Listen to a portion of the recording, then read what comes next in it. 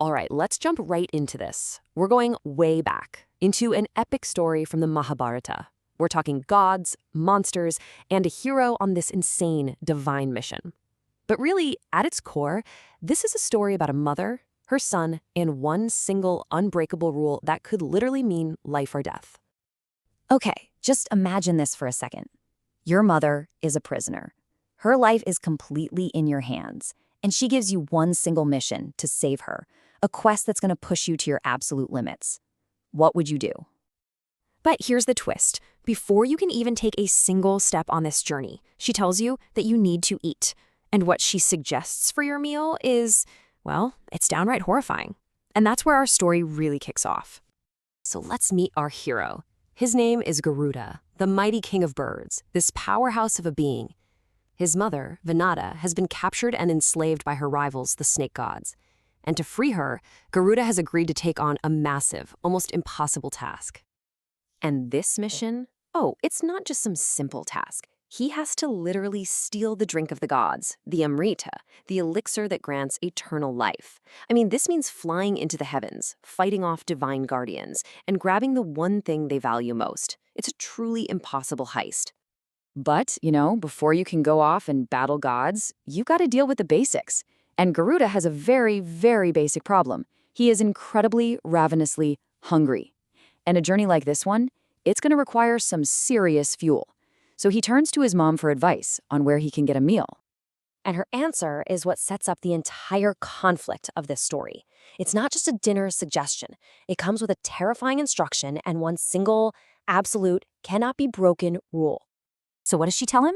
She points him to this remote island and says, "Go there and eat the thousands of Nishadas fisherfolk who live there." Yeah, a pretty shocking command, right? But then she adds the most important warning of his entire life.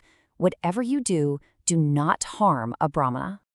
And she makes it crystal clear. She even repeats herself just so it sinks in. This is not a friendly tip. This is cosmic law. Not even in a fit of pure rage can this rule be broken. Because, as she explains, the consequences, well, they're beyond devastating. So what's the big deal? Why is this one rule so absolute?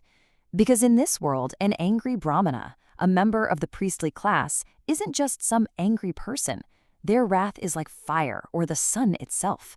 Their enmity is like poison. They are considered masters of all creatures. Messing with one isn't just a bad idea. It's like trying to fight a force of nature. Now, Garuda's no fool. He's unbelievably powerful, sure, but he's also wise. And he gets that the stakes are insanely high. He's about to consume thousands of people. How on earth is he supposed to identify and spare this one specific type of person hidden among them? He needs a foolproof method. So he asks his mother directly, okay, what am I looking for? How do they act? Give me the signs, a clear, unmistakable test so I don't accidentally cause a cosmic catastrophe. I mean, it's a perfectly logical question for a completely impossible situation. And his mother's answer is, wow, it's so visceral and direct and honestly pretty unforgettable. She tells him that if he happens to swallow a Brahmana, he'll know instantly. His throat will feel like it's being ripped apart by a fish hook, or it will burn like he just swallowed a glowing piece of coal. It's a horrifyingly effective built-in alarm system. So with the instructions for this terrifying meal laid out, Vinata does one last thing, a classic mom move. Her son is this unbelievably powerful being, but she still gives him her blessing, calling upon the gods of wind, sun, moon, and fire to protect every part of him on his journey. It's this final, really touching moment before all hell breaks loose. And so, armed with his mother's warning, the test, and her blessing, Garuda flies off to find his meal.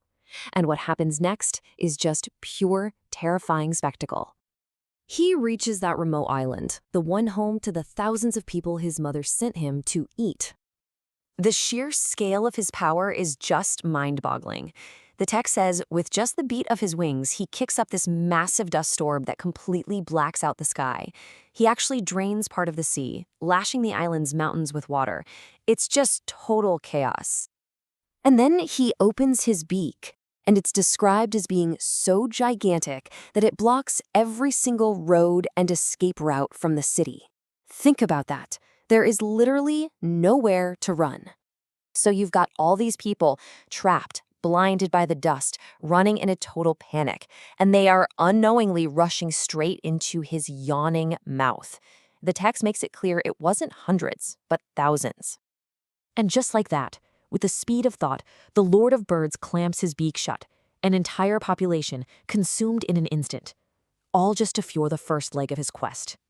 Which brings us to this one. Final, really chilling question, doesn't it? In all that chaos, swallowing thousands of people in a single gulp, did he swallow a Brahmana? And with a test that only works after the fatal mistake has already been made, what happens if that burning fishhook sensation actually begins? What happens if the unbreakable rule gets broken?